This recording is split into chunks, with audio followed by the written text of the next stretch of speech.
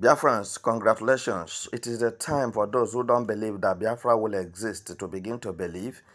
And without further delay, I want to inform you that those who have disdained and frustrated the Biafra race or Igbo race for long now, more than 5 decades or 6 decades ago, that today they are coming to the realization that Biafra is a nation which is inevitable, that they cannot be able to stop it. And you know that there is one statement made by politicians that says, when you cannot beat them, then you join them.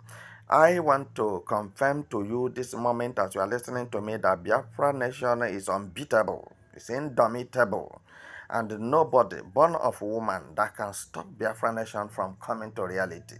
It is a project from the Almighty God. Chukwu Okike Abiama have given out this project, and everything it takes, both the bill of quality and bill of quantity, have been given, and God in his infinite mercy have supplied every necessary thing that should be used for the completion of this divine project. So, and there are men designated to ensure that this very project is completed to the finishing touches.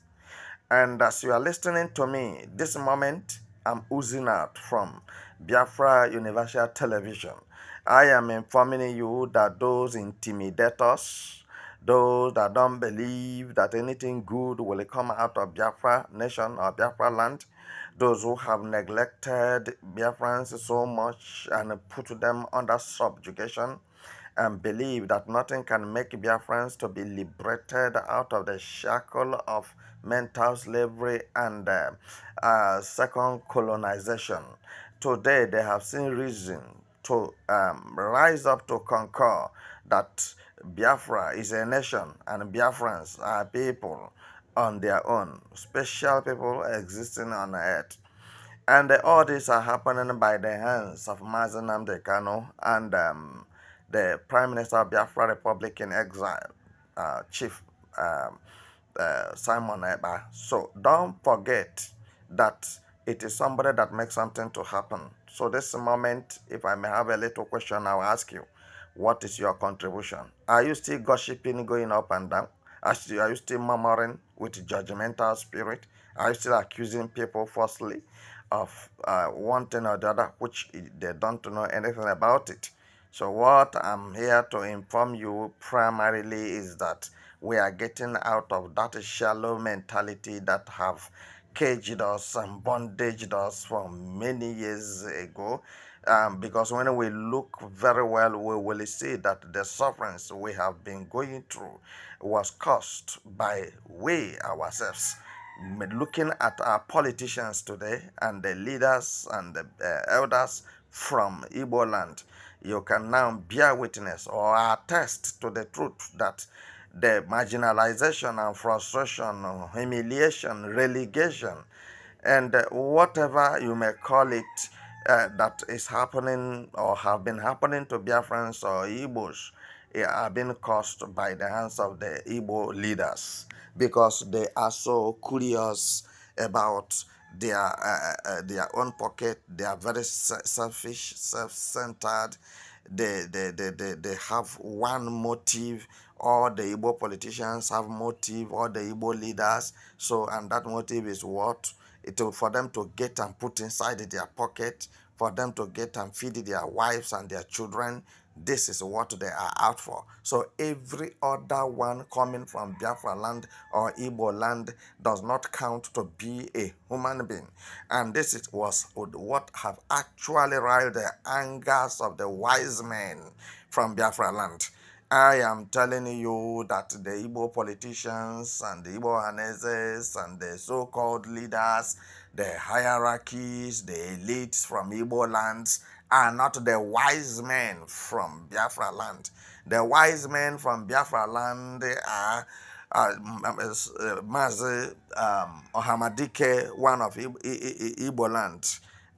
That is Mazi Nnamdi Kanu, and the Prime Minister of Biafra, Republic in Exile, and the Biafra Liberation Forces, Biafra Liberation Armies, and all the Biafra security forces, the Biafra social media fighters, the Biafra resistance fighters, the warriors on ground, the Biafran Air Force, Biafran navies, Biafran soldiers. These are the wise men from Igbo land. And I'm telling you today that from this moment henceforth, Igbo people's life or Biafran's life have changed and shall become a life of jealousy. How do I mean? That people will like to be like them. You look at the lifestyle of Biafrans, you look at their behaviors, you look at their attires, you look at their resources, their progress, wherever they go, then you will be jealous to become a Biafran. And I want to tell you that whether visibly or invisibly, many people have already registered to be a Biafran. They are very in a hurry to leave their own country to emerge with Biafra. So, and there are some issues that are not supposed to be entertained that are making rounds on the social media. Why I don't want to look into it is because it is a distraction, and when you don't know. Some people are from somewhere or other part of the country in Nigeria and trying to distract the Prime Minister of Biafra Republic in exile by putting some words across to him that will make him to fumble or to be defocused. So, which I didn't see to be anything, because the Biafra Prime Minister in exile have done a lot and have conquered many enemies that feel to be immortal, and they feel that they are beyond human destruction. You can see how they were single-handedly destroyed and pushed one corner so that Biafra nation can come. So they must pave way for Biafra nations to come, and let not somebody forget this in a hurry. From whichever part of the country you are coming from, and you are not with the Biafrans, which automatically you are against the Biafrans, that one thing should be very paramount to you, that there is nothing that you can make somebody who God have predestinated for a particular assignment to become a failure in return. God will not guide a man on a journey and the man will return as a failure. So, like I said from the beginning, that people who have been making sure that Biafra did not come, people who have been fighting against Biafra and Biafrans, people who have joined hand together with the Nigerian government to destroy the joy, the happiness, the amenities, the lives and livelihoods of Biafrans. So today they have seen a reason to make sure that the issue of Biafra is completely peacefully restored in no distant time. As I'm talking with you, I'm not just verbally talking. I am telling you what will shortly happen. And any moment from now, you will begin to, let me give you 2 weeks time, you will begin to see the manifestations of what I am now telling you, because I'm inside the Biafra. I am not outside the Biafra. And I can quickly assure you and I tell you that these are the things going on, and these are the things going on, and these are the things that are about to happen. And I have told you before, and you saw them live, you witnessed them. So what I'm telling you this moment is that there's no giving up. Biafrans cannot give up. Biafran forces cannot give up. We have gone too far to look back, and we believe in the victory of Biafrans. We believe that in the paradise of Biafrans. We believe in Biafra kingdom, and many people, as I'm talking with you, have seen the end from the beginning, because there is light at the end of the tunnel, that Biafra definitely shall become great and mighty nation, and which every country, every tribe, every race, color, irrespective of your color, your race, your language. So you will like to come to Biafra nation for investment. You would like to nationalize in Biafra land because it is going to be the land that flow with milk and honey. The land that's so dynamic and so articulated that nothing about you shall lust. Because Biafrans believe in peace, in mutuality, understanding, unity, and progress. So as you are listening to me, we are moving in one accord. We have gotten to that point to make sure that each and every one of us understands our major goal. That we are not moving at random and we are not shooting at random. We have a pursuit, we have a goal, and the goal we have is what we are now achieving it. And let me tell you that out of probably 100% to achieve this very goal, we have gone over 70%. And you know what that one means. So, which means there is nothing that can make it to go back. We are on the move. We are not running away. We are not trying to shy away. We are not digressing from the truth. We have said the truth from the beginning that Biafra must be, and Biafra is now here. As you are listening to me in this moment, you must make up your mind to decide where you want to be. You want to be a Biafran? Do you want to be from the other side? I don't want to mention anywhere, but somebody can decide where he or she wants to be.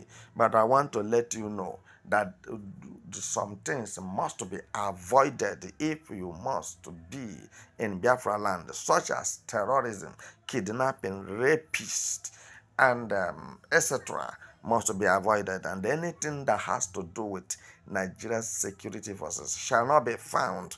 And every element of Biafrans and Igbos who have been in this very dispensation of evil, from Buhari's regime to Tinubu regime, none of them shall be found in Biafra security forces, I assure you, because they are already polluted, they are already completely out of the place, they are outdated, they cannot be used for anything meaningful, they cannot bring anything good into Biafra kingdom, they cannot yield a good fruit into Biafra kingdom. And for this reason, I am telling you now that some of those things, some of those people must be decongested out of the system of Biafra nation. Because as the evil that have been going on against Biafrans and Igbos, they are wearing a khaki uniform up and down, wearing police uniform up and down, and they don't have anything reasonable to offer any Biafran or any Igbo man in order to say that we are Biafrans, we are Igbos, we are in the military, we are in the Nigeria police or DSS. So we cannot be able to watch this under our eyes to happen, maybe to kidnap Mazen Nnamdi Kanu and torture him and dump him the DSS dungeon for barely 3 years now with one cloth. We cannot tolerate it. So, and don't forget that during Buhari's regime, an Igbo man was the boss of DSS. So what did he do? What did he achieve? As they went to Mazen Nnamdi Kanu's house for Operation Python Dance and Golden Dawn, kill a lot of people, but did they go without his permission? They went for that assignment by the authority of that Igbo man's hand as the boss of DSS. So when you look at critically from where I draw my line, you will see that what is killing us is those who feel like they are on top amongst us. Because I tell you, no Yoruba man will tolerate it. No Hausa man will tolerate it. I assure you the truth. They can't permit that. They will not allow that to happen. But Igbo man will collect money. You understand? Igbo politicians, the so-called Igbo elites, Igbo leaders, so they will collect money and sell you for no reason, for you to be killed so that they will come.